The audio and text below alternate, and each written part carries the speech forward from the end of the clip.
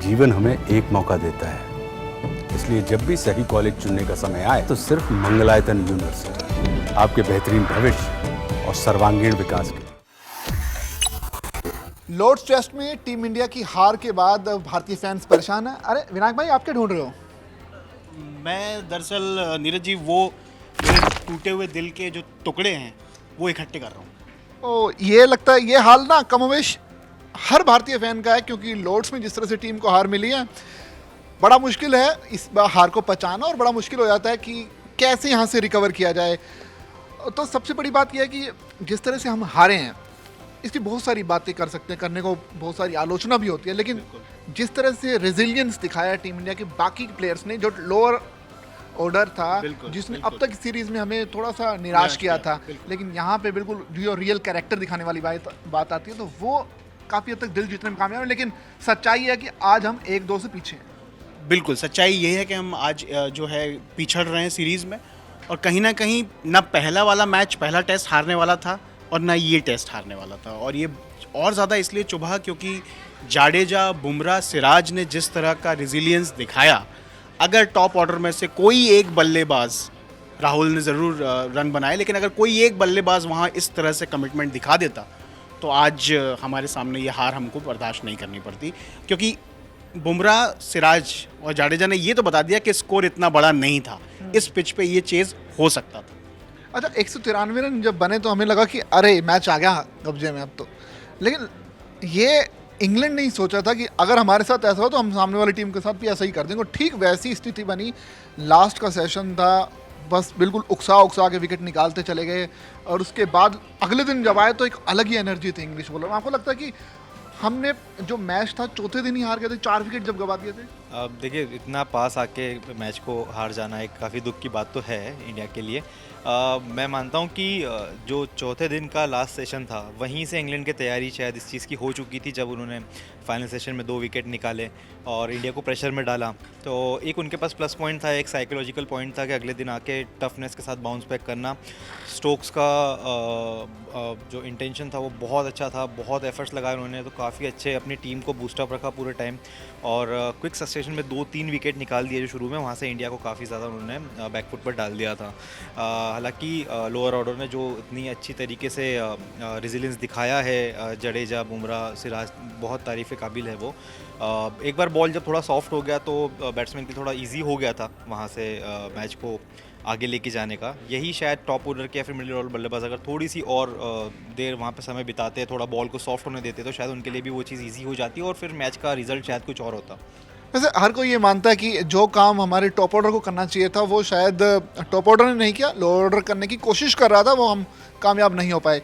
आपको लगता है कि हार का जो असली मुजरिम है वो भारत का टॉप ऑर्डर है? यानी अगर हम यशस्वी जायसवाल की बात की जाए, करुण नायर की बात करें, शुभमन गिल की बात की, ये ज़्यादा जिम्मेदार हैं। ये अगर छोटी छोटी इनिंग भी खेलते, 30-40 रन भी कंट्रीब्यूट करते तो आराम से ही जाते हैं। जी हाँ नीरज जी, इससे ही एक जुड़ी हुई बात है कि आजकल के दौर में T20 का दौर हम मानते हैं और कई रनों के अंबार लगते हैं, लेकिन आप देखिए कि टेस्ट क्रिकेट आज अब लोग भी मान गए, और जिस तरह का माहौल सोशल मीडिया पे है, सब कह रहे हैं कि test cricket is best cricket. इस बात को आज हर कोई कह रहा है, क्योंकि टेस्ट क्रिकेट में ना सिर्फ आपके टैलेंट को देखा जाता है, आपके टेम्परामेंट को भी देखा जाता है, आपकी टेक्निक भी टेस्ट होती है। यशस्वी जायसवाल नो डाउट ज़बरदस्त टैलेंटेड बैट्समैन है, लेकिन क्या जो शॉट उन्होंने मारा वहाँ वो मारना चाहिए था?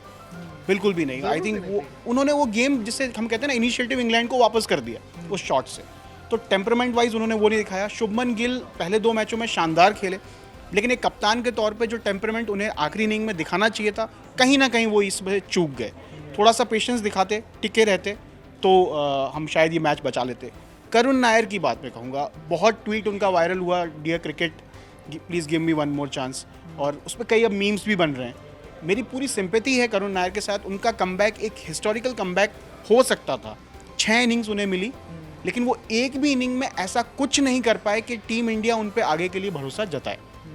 देखिए 30s 40s करियर के इस पड़ाव पे is not enough. Karun Nair के लिए हम ये बोल सकते हैं। कोई यंग बैट्समैन होता तो मान सकते हैं कि टीम उस पर अब थोड़ा सा उनको बैक करेगी आने वाले सालों के लिए, पर इनका तो कमबैक हो रहा है। आप याद कीजिए, ऐसा बहुत सालों पहले जब हम छोटे थे तो हमने रॉबिन सिंह का कमबैक देखा था। उन्होंने वैसा परफॉर्मेंस किया कि लोग कहे कि नहीं ये प्लेयर डिजर्व करता है खेलना। करुण नायर ऐसा कुछ नहीं कर पाए, सिर्फ 2 शॉट्स खेलते रहे, फॉरवर्ड डिफेंस और स्ट्रेट ड्राइव्स या ड्राइव करते रहे वो, बस सिर्फ यही किया उन्होंने। बहुत निराश किया करुण नायर ने, और आई थिंक अब उन पे भरोसा शायद ही सिलेक्टर्स जताएंगे अगले टेस्ट के लिए।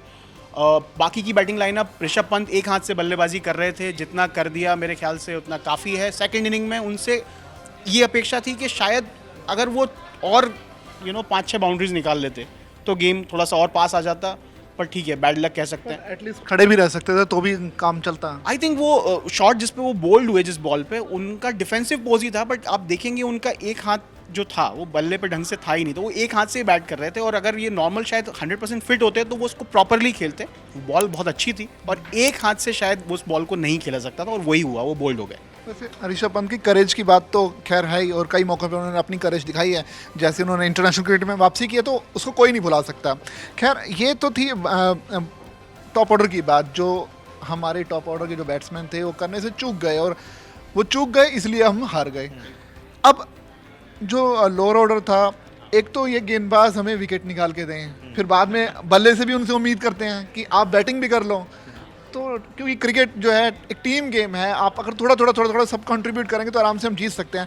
आपको लगता है कि कोशिश तो पूरी की, आखिर में अगर बात की जाए सिराज की बैटिंग की या बुमराह की बैटिंग की, कोशिश बहुत की, लेकिन वो जो क्रॉस करनी थी लाइन वो नहीं हो पाई। कहाँ कमी रह गई लास्ट के बैट में, या फिर लक ही हमारी टीम के साथ नहीं था? देखिए, मुझे लगता है कि full marks to Bumrah, Siraj और जडेजा कि वो मैच को इतना क्लोज ले जा पाए।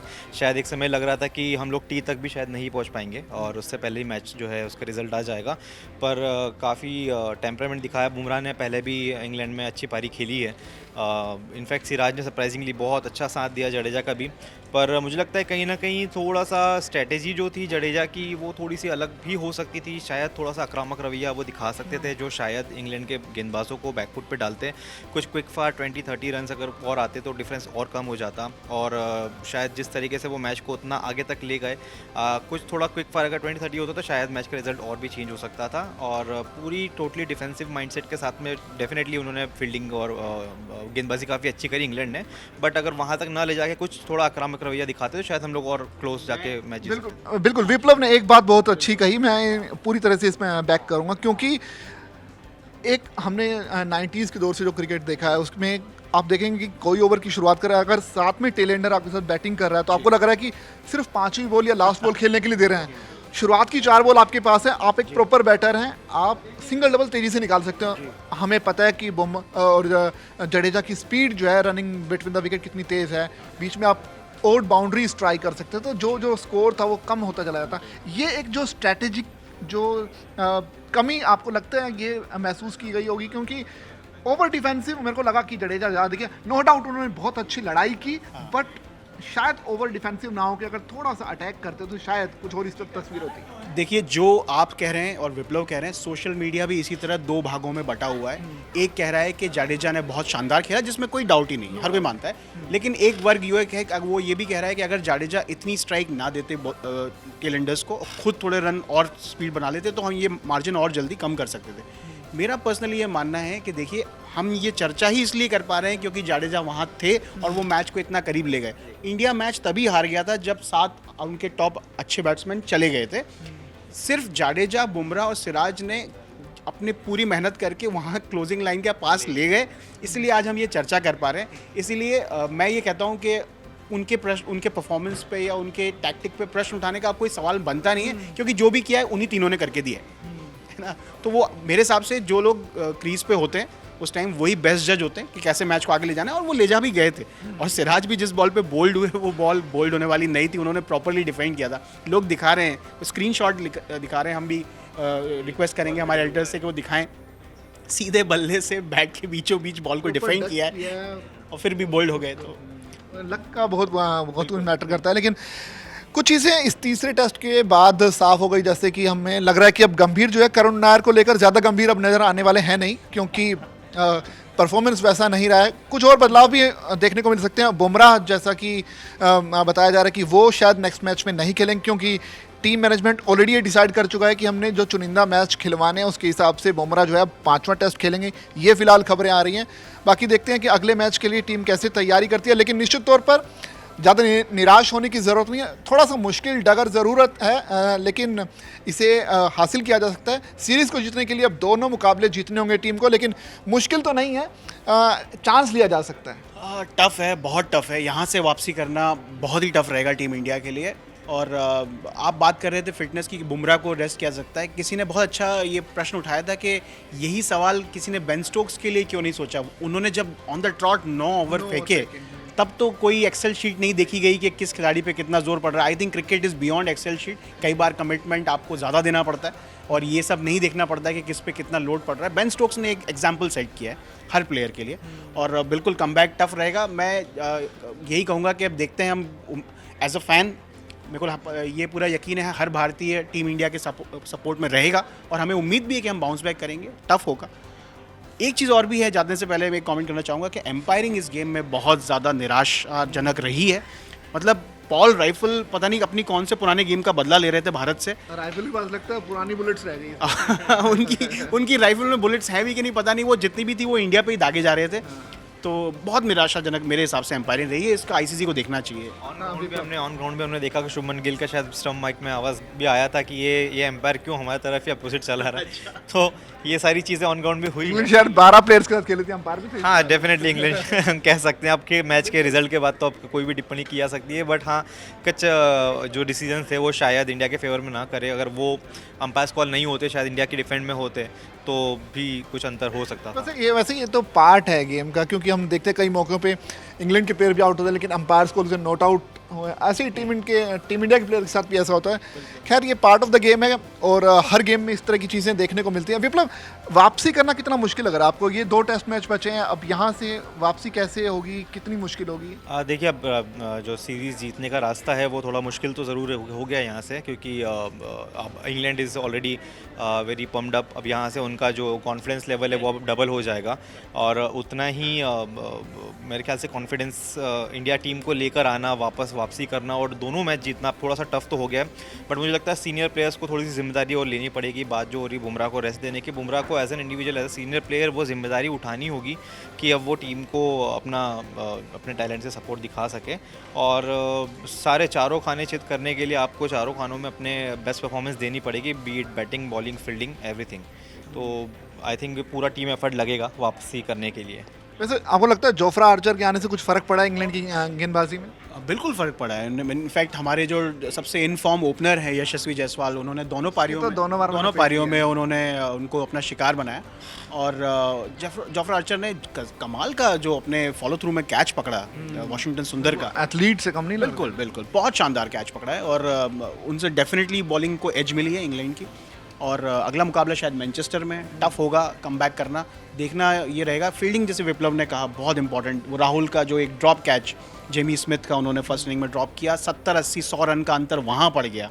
तो अगर आप देख लीजिए इसी टोटल में से अगर आप 70-80 रन माइनस कर देते तो बस तो हम जीत चुके थे ये मैच।